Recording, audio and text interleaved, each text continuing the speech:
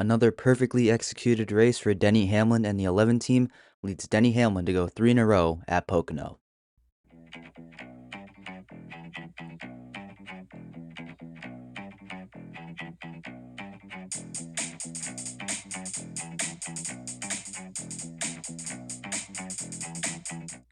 Welcome back to another episode of Talkin NASCAR. I'm your host, Andrew. Hope you're all having a great day. Hope you're all having a great start to your week. Today, we're going to be recapping yesterday's NASCAR Cup Series race from the Pocono Mountains out in Pennsylvania, the Great American Getaway 400 from Pocono Raceway, the Tricky Triangle, where Denny Hamlin went 3 in a row, winning his third consecutive NASCAR Cup Series race at Pocono, making the 8th time that Denny Hamlin has won at the track.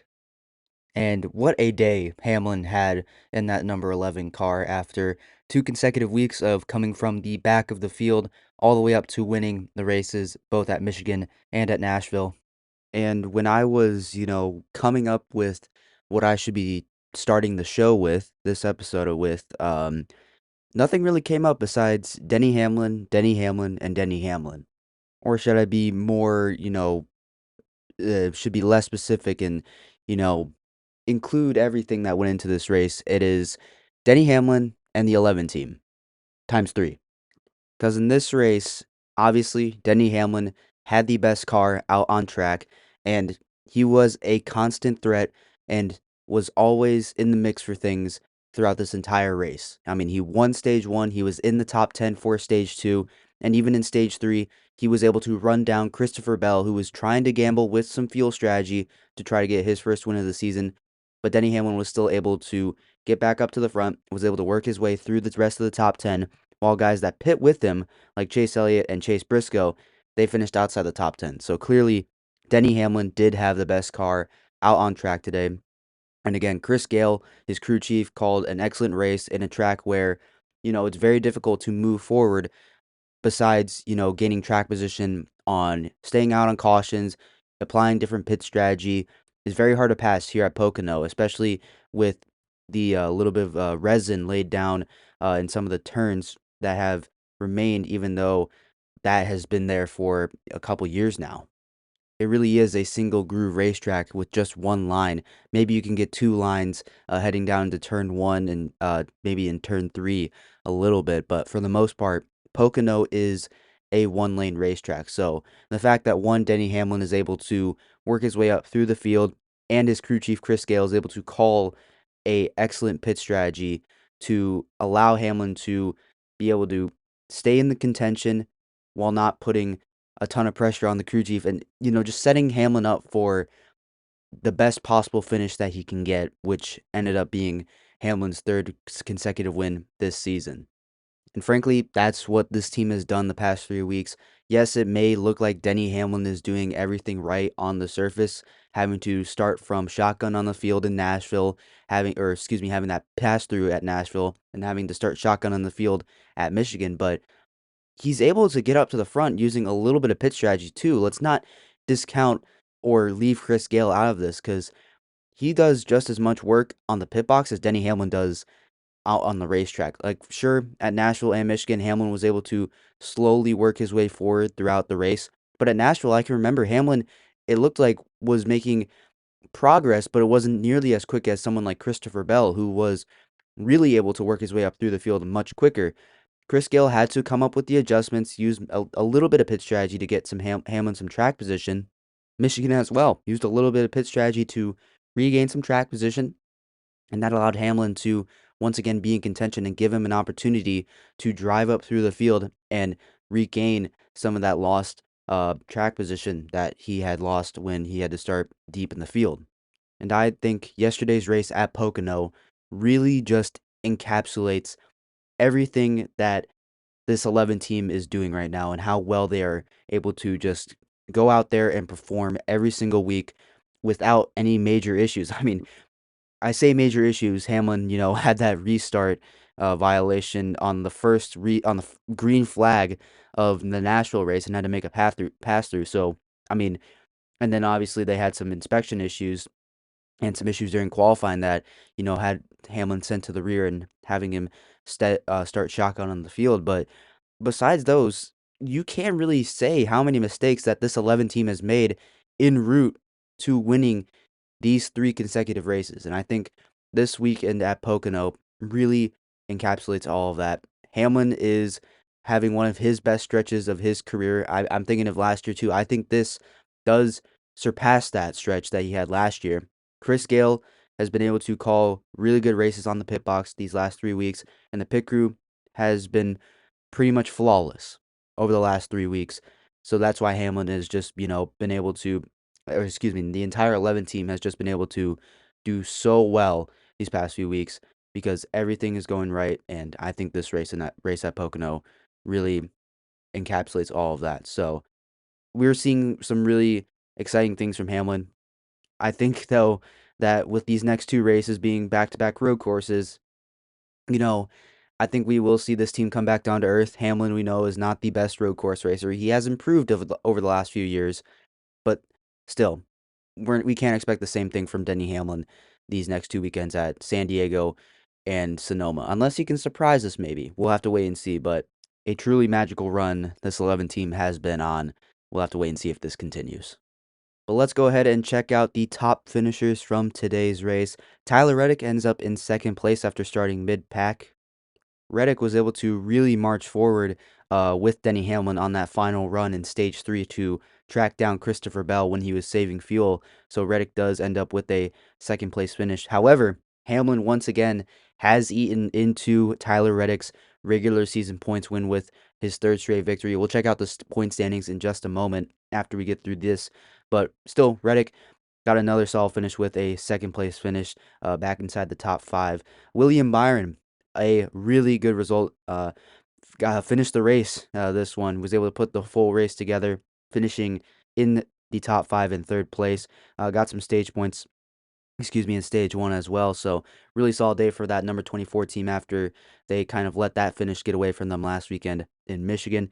How about John Hunter Nemechek and Eric Jones, the 2 Legacy Motor Club cars in 4th and 6th place, both inside the top 10. Nemechek inside the top 5. What a performance from Legacy Motor Club. I'm pretty sure I saw a stat that this was the most laps led in a single race for this entire organization, and Nemechek hasn't even, led this many laps in his entire NASCAR Cup Series career up to this point. The most laps he's led in this single race, I believe. So Nemechek for a while was out in front with, I believe, Tyler Reddick early on in this race. So really impressive stuff from Legacy Motor Club. They've been really turning it on these last few weeks. We've seen this from Eric Jones at Nashville and Charlotte, even going back to the Dover All-Star race. We saw this last weekend for Eric Jones finishing up inside the top 5. And then John Hunter Nemechek, I think last week as well, we were seeing some, improvements from him. But this guy, I would say, kind of came out of nowhere. I was not expecting this from John Hunter Nemechek. Kind of getting back to what Legacy Motor Club was doing last year, where these two, Nemechek and Jones, were all around each other pretty much in most races. They finished, head to tail with each other, kind of in the same 2 spots. And this season, though, haven't quite seen that from either one of them. Nemechek has been kind of lagging behind, but maybe something has clicked for the 42 team and John Hunter Nemechek. So we'll have to wait and see if this can continue. Kyle Larson ends up with the top 5. He had a pretty solid race today as well. Chris Buescher in 7th place. He actually had the fastest lap of the race, so he gets 1 extra bonus point. He's right in that conversation. He's having a very good season, by the way, as well. So really solid day from Chris Buescher. How about Ross Chastain getting a top 10? Grinded out another good finish. Employed a little bit of pit strategy to get some stage points in stage 2 and ends up with a top 10. So really good day for Ross Chastain and Trackhouse Racing when his teammates got caught up in wrecks. We'll talk about them in just a moment. And then Ty Gibbs ends up with another top 10. Ryan Blaney would round out the top 10, finishing in 10th place at a track that he's won at multiple times. Rest of the top 15, Chase Elliott, Chase Briscoe, Daniel Suarez, Austin Cindric, and Ricky Stenhouse Jr. round out the top 15. Good couple weeks here for Ricky Stenhouse Jr. At Nashville, I know he ran pretty well. The Coca-Cola 600, he also was having a very good night as well. Chase Elliott and Chase Briscoe were up front a good amount in this race as well. Chase Elliott was able to work his way forward with Denny Hamlin, was at one point challenging Hamlin for the lead in stage 2 before they both pit. But in that final run in stage 3, both Elliott and Briscoe could not work their way forward quite like Hamlin could. Same with Daniel Suarez, who was up inside the top five a good portion of the day. So a great run for him. And then looking at the rest of some notable finishers as well, Carson Hocevar ends up in 20th. He's definitely not looking for that day. Very underwhelming day from him. Bubba Wallace in 21st. He is right on that bubble as well. Connor Zilic ends up in 23rd. Pretty solid day for the rookie. Just needing some solid finishes. He runs all the laps. He did get caught up in a wreck in stage 2, I believe, but he was able to continue. And then Christopher Bell ends up in 26th. Man, what a tough finish for Bell. Trying to stretch it on field, trying to be aggressive, get that first win of the year. Unfortunately, it doesn't work out quite. So Bell does end up with a 26th. And then Ryan Preece, one lap down in 28th. Not what he needs when he is in the chase contention. He was in the bubble. Not what he needs in this one. SVG got caught up in a wreck as well. Had to make multiple pit stops to repair damage. Ends up 2 laps down in 31st. He's in that bubble conversation as well. Joey Logano, same thing. He got caught up in that crash as well. Ends up in 34th. We'll get to the standings in just a moment, I swear. And then Zane Smith, like another guy who's in the bubble conversation heading into this weekend, ends up in 37th after unfortunately getting bit by the announcer jinx. He was battling with Denny Hamlin off turn one. Unfortunately, spun out and hit the inside wall, and his day was done. So tough day for Zane Smith. And then Brad Keselowski, tough day for him. His third straight DNF. Again, another guy that's in the bubble conversation. Actually has fallen out of the chase so far after this week, but not what Brad Keselowski was looking for in terms of finishing this weekend. So tough day for Brad. We'll get to the standings in just a moment. Casey Mears was also in the field for Beard Motorsports. He ends up in 36th. And then Daniel Dye as well, driving for BJ McLeod's team, Live Fast Motorsports in the 78. Ends up in 29th, 1 lap down. So not a bad day for Daniel Dye and the Live Fast Motorsports team. Now, taking a look at the standings, let's take a look at the fight for the regular season championship. Right now, Denny Hamlin has cut the lead that Tyler Reddick has down to 19 points. Wow, that is incredible. Reddick had a 150-point lead on Hamlin a couple weeks ago. I believe entering Charlotte, and that advantage is basically gone. It really is. It's just how well Hamlin has done these past couple weeks, and has just eliminated that entire lead. And it's not that Reddick's been bad. It's just that, he just hasn't been nearly as good. He hasn't been up front with Hamlin to maintain. So Hamlin's just been able to eat into that gap every single week. That one DNF that he had, I believe in Michigan, Michigan. Reddick has just not been able to keep up with Hamlin and maintain. And so I think I'm gonna go back to that Michigan DNF, that being the huge uh, momentum shifter for this regular season championship, because Reddick did not have a good qualifying effort here in Pocono, but was able to work his way forward and get a solid finish and gain some points, or manage to recoup some points. But still, I don't think he had had a little under half of what Denny Hamlin had in terms of points. So yeah, Reddick's in trouble. He really is in trouble heading into these next couple weeks. Hopefully, maybe at these next two road courses, Reddick will be able to stretch that lead back out, with Sonoma and Naval Base Coronado and San Diego being track types that Hamlin struggles on. So that's something that Reddick can look forward to. But yeah, 19 points. If I was Tyler Reddick right now, I would be sweating even more than I would be inside that car right now if I was Tyler Reddick, just seeing that points deficit at this current moment. Now let's take a look at the chase bubble at this current moment, and I would say things have gotten a little more inclusive when it comes to the chase bubble. And what I mean by that is, I would say right now, things have gotten a lot tighter, especially even into like the 11th place area with William Byron, because things have gotten really, really close in terms of the points at this current moment. But looking at the bubble, currently Austin Cindric is the last driver in, tied with Eric Jones, actually, who has leaped up into 15th place in the standings in the chase currently, tied with Cindric, 4 points above the first driver out, in Brad Keselowski. Again, those 3 straight DNFs for Brad Keselowski have been absolutely detrimental to his chase standings at this current moment, heading into 2 straight road courses, again, where Brad has not excelled at in his career, in his very long NASCAR Cup Series career. Shane Van Gisbergen is currently 16 points in above the cut line. though I do think that will change with two straight road courses. We could be looking at two more Shane Van Gisbergen wins and his second and third wins this season. So if I was SVG, I would, be treating these next two races as maybe must wins for Shane Van Gisbergen with two straight road courses. Bubba Wallace in 13th is 50 points above the Chase cutoff line. And similar to Brad Keselowski, two straight road courses for Bubba Wallace, not shaping up to be a great stretch for Bubba, as he is as well not one of the better road courses in NASCAR right now. And yeah, if I was Bubba, I would be just, hoping for top 15 finishes at this current moment on road courses. And then Chase Briscoe is 67 points above the Chase cutoff line. And then William Byron in 11th is currently, 71 points above the Chase cutoff line. So pretty big margins for the top two I just mentioned with Byron and Briscoe. But again, with how this season has been and how inconsistent Byron and Briscoe have been, until I see consistency, I'm not going to entirely say that they are safe at this current moment. But, if they're just more consistent, I think that can change, and I can say, yeah, Byron and Briscoe are safe, and two road courses for them, they should do pretty good.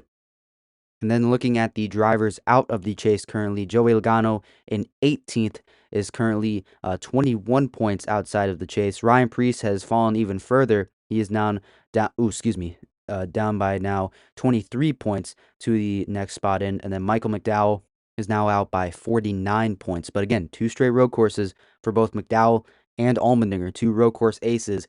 We could be looking at them entering the chase conversation even more than they already are. And then Stenhouse, Chastain, Zane Smith has fallen down a couple spots from 20th. He's down to 24th. Todd Gilliland is still there. At this point, I would say, at the current rate that, some of these guys are driving right now, Stenhouse, Chastain, Smith, Gilliland, and Nemechek, they're really going to need to ramp it up if they're going to gain about 50 points or a little bit less than that to enter the chase bubble scenario. They're going to have to gain 40-ish, 50-ish points in a couple weeks, which I think is a little bit doable, but it's going to take a lot. And it's going to be a grind for those guys to really enter the chase conversation, but anything can happen in the sport. Things can change in an instant. Just look at how Denny Hamlin has really just demolished and cut into Tyler Reddick's regular season points lead. So I'm not entirely ruling out some of the names I just mentioned, but it's going to be quite an uphill battle for all of them to even enter the chase bubble situation at this current moment. But there you go. That is a look at your chase bubble situation at this current moment. Just a quick rundown of who is in right now. Byron, Briscoe, Wallace, Van Gisbergen, Jones, and Cindric are the last drivers in, with Keselowski, Logano, Preece, and McDowell being the first four out, and I would say are the ones that are most in contention after Pocono this weekend, heading into San Diego next weekend. But now let's go ahead and move on to the final segment of today's show, the race review rating. All right, and for Pocono, this was an interesting race, and I will admit I didn't get to see much of this race. I was very busy with a lot of things on Sunday. That's the reason why I'm getting this episode out to you guys late Monday night. So I've been doing my best to just, watch as many highlights as I can. But from what I know about Pocono and just seeing how much action there was, it's not going to be an extremely racy track, especially with just its one groove section and one groove style. Going to be a difficult track to pass at, and it's really going to be a fuel mileage and just a overall how drivers are able to save fuel and able to manage it, and if the crew chiefs are able to get the strategy right. Now, with the exception of Denny Hamlin, of course, in that final run, there just wasn't, a whole lot of passing going on. And that's evident by guys like Chase Elliott and Chase Briscoe, really good drivers and really good cars today. They just were not able to go forward on that final run in this race. So it really did come down to fuel mileage and pit strategy in this race, the battle of the crew chiefs, I would say. So the bright side to that is this is the first race, at least I can think of in my head, that was a true pit strategy and fuel mileage race, which is a good thing. We saw so many of those last year with just how cautions played out in these past races last year, like at Michigan was a fuel mileage race. This one at Pocono again last year was a fuel mileage race between Chase Briscoe and Denny Hamlin, but it wasn't as much of a fuel strategy race. It was really could Christopher Bell, save enough fuel while maintaining the lead? And the answer was no, he couldn't. And Denny Hamlin, who was on a hard charge to the front, got the win. So, with that being said, I think I'm going to give this race the Great American Getaway 400 from Pocono Raceway. I'm going to give it a 73% for my race review rating this week. Not an outstanding race, not a bad one. It's just a good overall, fine race overall. One of the first fuel strategy races that I can think of so far this year. I might be forgetting one or two, but in my opinion, for it being the first fuel mileage race, it wasn't a terrible one because, the race winner, Denny Hamlin, I think was the best car out on track today, and he ended up getting the victory. So, congratulations to Denny Hamlin once again on getting his third consecutive win on the season.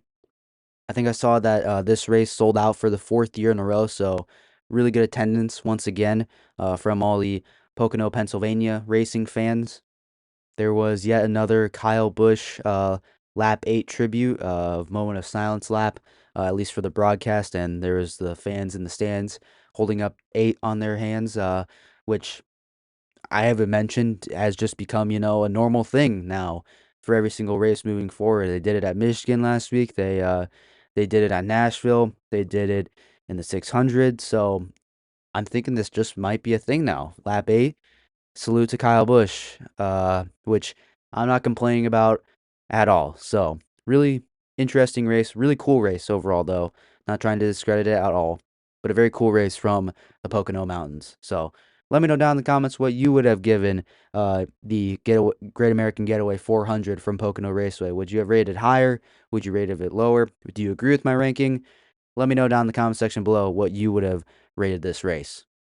But that will do it for this episode, everyone. Hope you all enjoyed. Thank you all so much for listening. If you're new here, make sure you follow if you did enjoy so you never miss another episode, whether that be on YouTube, subscribe to the channel.